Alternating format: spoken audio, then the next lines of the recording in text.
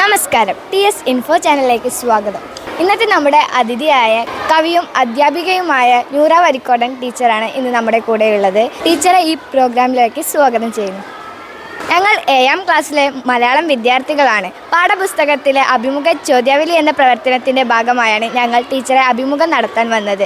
ഇങ്ങനെ ഒരു അവസരം തന്നതിന് വളരെയധികം സന്തോഷം. കവിതയുമായി ബന്ധപ്പെട്ട കൊച്ചു സംശയങ്ങൾ ഞങ്ങൾക്ക് പറഞ്ഞു തരുമോ? കവിതാ രചനയിലേക്ക് വരാൻ ടീച്ചർക്ക് പ്രചോദനം നൽകിയത് ആരാണ്? അങ്ങനെ ഒരു ഇന്ന് വ്യക്തി എന്നൊന്നും പറയാൻ പറ്റില്ല.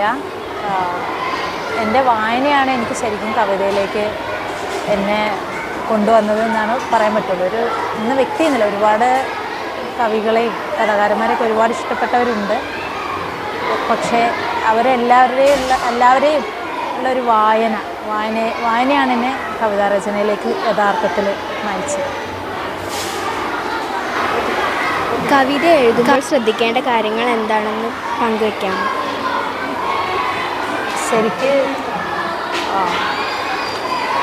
ശരിക്ക് അതിനൊരു ഷോർട്ടായിട്ടുള്ളൊരു മറുപടി ഇല്ല. കവിതയ്ക്ക് ഒരിക്കലും ഒരു ഷോർട്ട് വഴികളും ഇല്ല. അപ്പോൾ അതുകൊണ്ട് ഒരു ഡെഫിനിഷൻ പോലെ നമുക്കൊരിക്കലും അതങ്ങനെ പറഞ്ഞു തരാൻ പറ്റില്ല. അത് ഓരോ സ്റ്റെപ്പിലേക്ക് കയറുമ്പോൾ മാത്രമേ അതിൻ്റെ അടുത്ത സ്റ്റെപ്പ് നമുക്ക് വെളിപ്പെടുകയുള്ളൂ. അങ്ങനെയാണ് കവിതാ രചനയുടെ രീതി. നമ്മൾ കരയ്ക്ക് നിന്ന് നോക്കുമ്പോൾ ഒരിക്കലും നമുക്ക് ആ കുളത്തിൻ്റെ ആഴോ ആ കുളത്തിൽ എന്തൊക്കെയാണെന്നുള്ളതൊന്നും നമുക്ക് തെളിഞ്ഞു വരില്ല.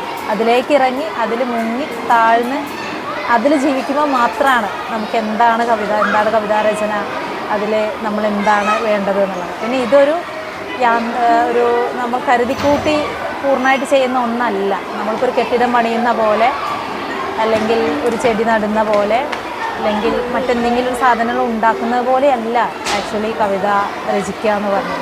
അത് നമ്മുടെ മനസ്സിൻ്റെ ഉള്ളിൽ നിന്ന് വരുന്നതാണ്.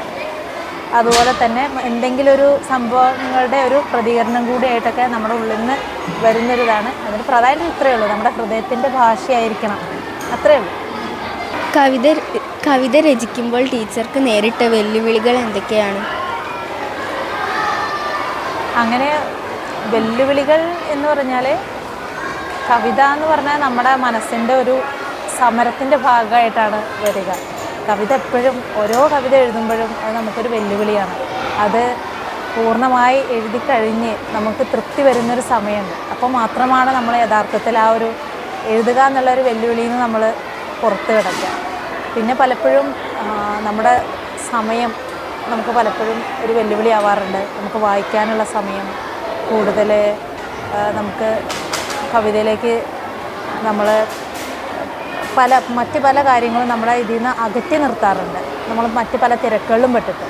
അപ്പോൾ ഇതിലേക്ക് തന്നെ അടുത്ത് നിൽക്കുക, കൂടുതൽ നമുക്ക് കവിതയോടൊപ്പം ചിലവഴിക്കാൻ കഴിയുക എന്നുള്ളതാണ് ഏറ്റവും വലിയ വെല്ലുവിളിയായിട്ട് എനിക്ക് തോന്നിയിട്ടുള്ളത്. ടീച്ചർക്ക് ഏറ്റവും ഇഷ്ടപ്പെട്ട കവിത ഏതാണ്? കവി ആരാണ്? അങ്ങനെ ചോദിച്ചാൽ വളരെ പ്രയാസമാണ്.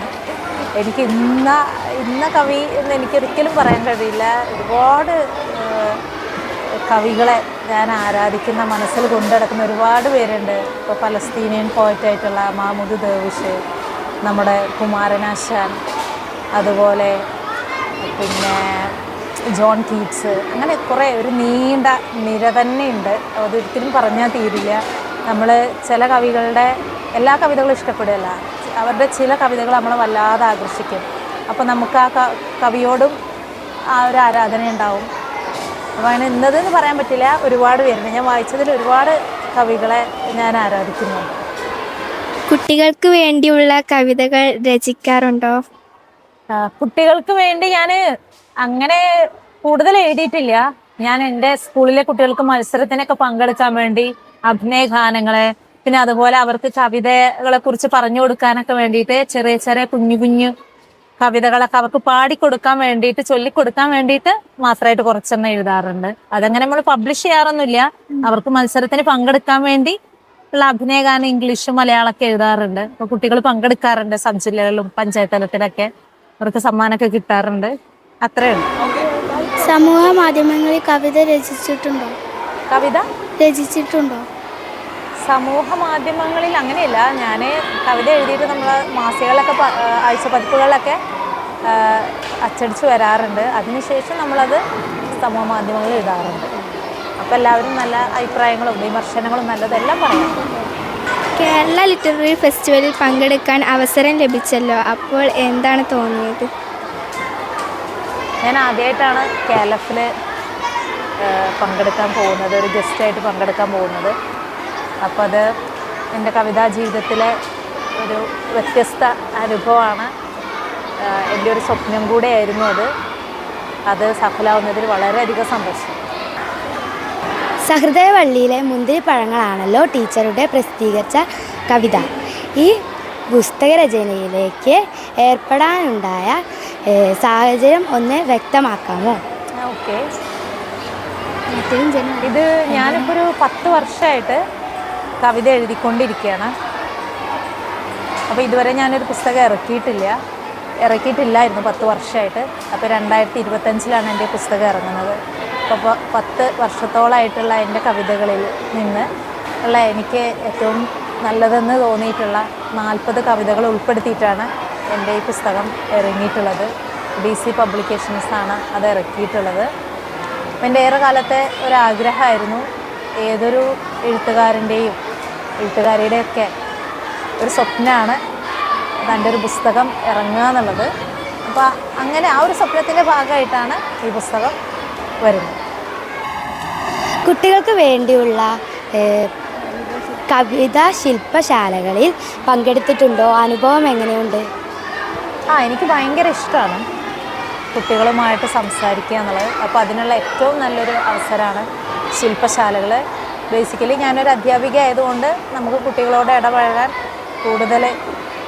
അവരായിട്ട് കൂടുതൽ ഇടപഴകി പരിചയമുണ്ട്. അതുകൊണ്ട് തന്നെ ഇത്തരം ശില്പശാലകളൊക്കെ നമുക്ക് വളരെ എഫക്റ്റീവായിട്ട് തന്നെ എടുക്കാൻ കഴിയാറുണ്ട്. അപ്പോൾ വളരെ നല്ലതാണ്. കുട്ടികൾക്ക് എപ്പോഴും നല്ല വലിയ ഊർജം, ഏറ്റവും മുതിർന്നവരെക്കാൾ കൂടുതൽ ഊർജം ഉണ്ടാവുക കുട്ടികൾക്കാണ്. അപ്പോൾ ആ ഒരു ഊർജ്ജം നമ്മൾ അവരിലേക്ക് ഇറങ്ങി ചെല്ലുന്നതോടുകൂടെ അവരിലെ ഒരു ഊർജ്ജത്തിൻ്റെ ഒരു അംശം നമ്മളിലേക്കും കൂടെ പടരും. അത് വളരെയധികം സന്തോഷമുള്ളൊരു കാര്യമാണ്.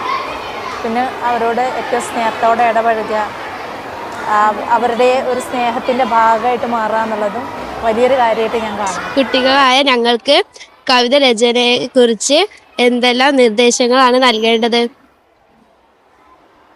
അങ്ങനെ വലിയ നിർദ്ദേശങ്ങളൊന്നുമില്ല. നമ്മൾ വായിക്കുക, ചുറ്റുള്ള കാര്യങ്ങൾ നന്നായി നിരീക്ഷിക്കുക. നമ്മുടെ മനസ്സിൽ എന്തെങ്കിലും ഒരു പ്രതികരണം നമുക്ക് തോന്നുകയാണ്, നമ്മുടെ ഉള്ളിൻ്റെ ഉള്ളിൽ നിന്ന് വരികയാണ്. ഇപ്പോൾ ചില സങ്കടങ്ങളാവാം, ചില സന്തോഷങ്ങളാവാം, ചില അത്ഭുതപ്പെടുത്തുന്ന അനുഭവങ്ങളാവാം. അപ്പോൾ അതിനോടൊക്കെ ഉള്ളൊരു പ്രതികരണം ഒന്നും വേണ്ട, ഇത് കവിതയാണോ കഥയാണോ ഒന്നും ആലോചിക്കണ്ട, ഒരു ഡയറിയിലോ എവിടെയെങ്കിലും കുറിച്ചിടുക. പതുക്കെ നമുക്ക് അതിൻ്റെ കൂടുതൽ എഡിറ്റ് ചെയ്ത് കൂടുതൽ വികസിപ്പിച്ചൊക്കെ നമുക്ക് എഴുതാൻ സാധിക്കും. നമ്മൾ കൂടുതൽ വായിക്കുക, നിരീക്ഷിക്കുക, അനുഭവിക്കുക. ടീച്ചറുടെ വിലപ്പെട്ട സമയം ഞങ്ങൾക്ക് വേണ്ടി മാറ്റിവെച്ചതിലും അനുഭവങ്ങൾ പങ്കുവെച്ചതിലും വളരെയധികം ഹൃദയം നിറഞ്ഞ നന്ദി. സ്നേഹം, നന്ദി തിരിച്ചു.